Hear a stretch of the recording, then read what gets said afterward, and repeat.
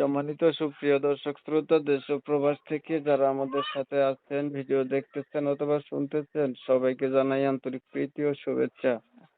বন্ধুরা, আমি কথা বলছিলাম একটি আপুর সাথে, প্রতিবেদন করবে, অডিও কলে সংযুক্ত হয়েছে আমার সাথে। কেন আসলো প্রতিবেদনে বিস্তারিত ভিডিও জুড়ে থাকবে, আপনারা অবশ্যই ভিডিওটা কন্টিনিউ করবেন।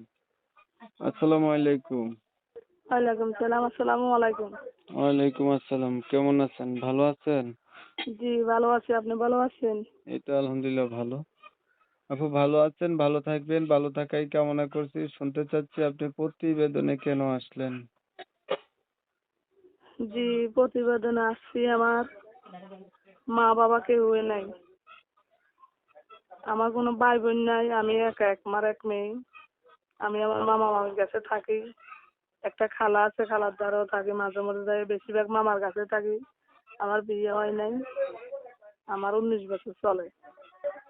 হুম। এখন যদি ভালো একটা মনের বা মানুষ পাই, যে আমার দুঃখে সুখে আমার পাশে থাকবে, আমাকে দেখবে, আমাকে একটু যত্ন নিবে, ওরকম একটা যদি ভালো মনের মানুষ হয়, তাহলে তারে আমি সঙ্গী বানাবো।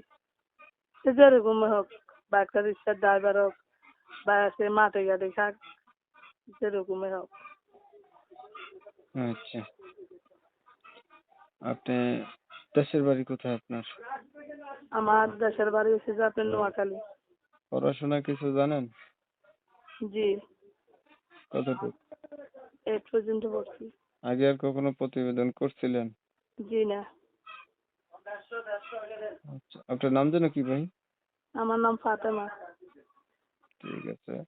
প্রিয় দর্শক শ্রোতা, শুনছিলেন আমি কথা বলছিলাম, আপুটি হচ্ছে প্রতিবেদনে আসছে, ভালো একটা মনের মানুষ চাচ্ছে, যেমনই হোক, সে গরিব হোক আর ধনী হোক বিষয়টা না, মানে ভালো মনের মানুষ হইতে হবে, তাকে জীবন সাথী করবে, এটার জন্য আসছে। ওনার পরিবার সম্পর্কে জানতে গিয়ে জানলাম ওনার পরিবারে হচ্ছে ওনার বাবা মা কেউ নাই, মামা মামির কাছে থাকে, একটা খালা আছে, মাঝে মাঝে খালার কাছে যায়। 19 বছর বয়স হয়েছে, এখনো বিয়ে হয় নাই, ক্লাস 8 পর্যন্ত লেখাপড়া আছে। তো যারা হচ্ছে এমন একটা মানুষ খুঁজছিলেন, তারা চাইলে এই আপুর সাথে যোগাযোগ করতে পারেন। আপু দেখতে শুনতে চেহারা ছবি ভালো আছে।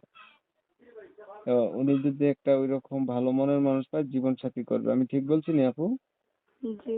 আর কিছু বলবেন? জি না। আপনার নাম কি বলছিলেন? ফাতেমা। ফাতেমা।